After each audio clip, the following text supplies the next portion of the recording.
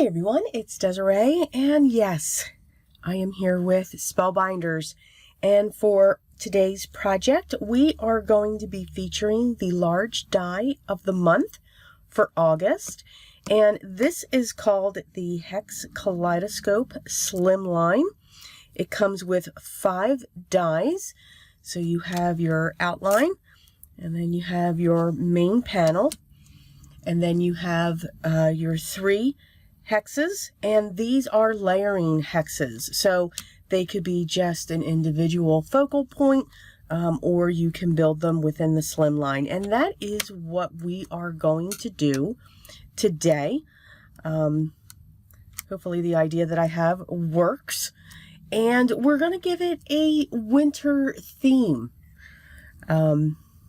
Still kind of in the mood, you know, to create some holiday cards. Why not? Why can't we create those all year?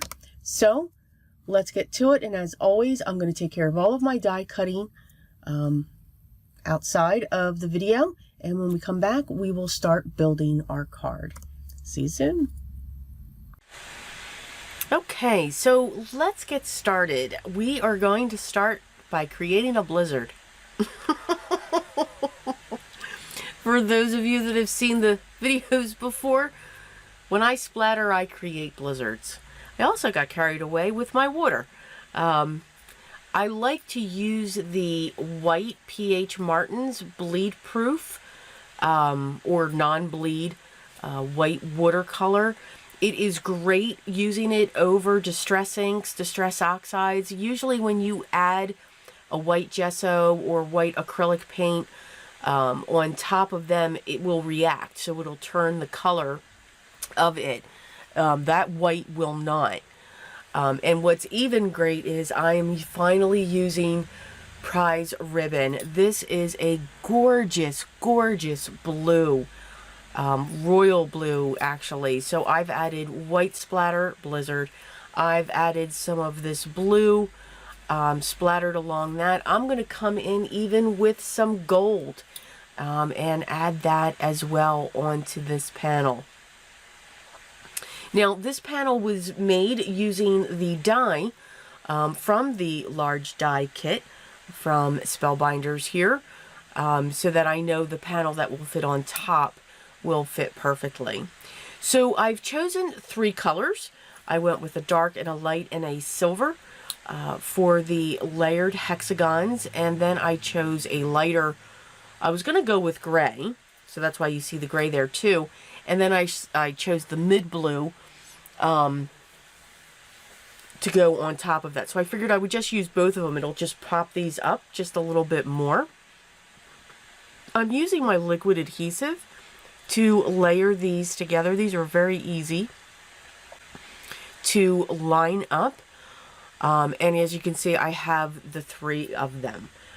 So we are going to use this. Now, what's great with this card, again, it can be used, I'm kind of using, you know, Christmas-y, holiday-y, winter-y colors. So I went with shades of blue because they look like snowflakes. But again, you could make them look like something else, you know. And again, cardstock colors can really change a look of a die or an image. So it's something sometimes to think about. You know, maybe you have a die or a stamp in your collection, and just by changing the colors, you can make it work for any occasion or any holiday that you're making your cards for. So now that I have my 3 hexagons ready, I've got my die cut panel that I'm going to put right over all of those splatters. So it's kind of creating a still shaker card. It's not going to have the sound, you're not going to have that full interaction, but you're going to have that texture in the background to make it look like there are sparkles behind that hexagon die cut image. I'm going to place this on top of a panel that's been cut to 3.5 by 8.5, and I chose the dark blue that I did the hexagons in. I'm going to use my double-sided foam tape to put on the back of this panel completely, and then set that up onto the dark blue. And I think that really helps. It matched that prize ribbon just beautifully. These are Spellbinders cardstocks that I am using, and I'll have the colors listed down below if you're interested to know those colors that I did use. So you can see this is going to be a slimline, obviously, and it's going to be a side folding, or it can be a top folding. I'm not going to add a sentiment to this. I think having cards in your stash without a sentiment allows the ability that when we forget to make a card, we can quick grab that and just add a sentiment to it at that time. So I do keep a lot of these types of cards in my stash because I always forget. So I'm going to take the hexagons and I'm going to offset them on the top and the bottom. So one going more towards the left, one coming more towards the right on the bottom, and then the one in the center is going to sit right on top of that other panel. I'm going to come in with some silver Nuvo drops and I'm going to fill in those areas on these panels that we've just created. You could use gems, you could use sequins, anything that you have. Enamel dots would look absolutely terrific there. Little tiny beads you could set in there. And then I'm just going to set a few in the background as well because I didn't have enough there. So I needed to add more to my blizzard in the background. So I do hope you enjoyed this card, and if you notice, those hexes are the same size as the sentiment from the Glimmer set.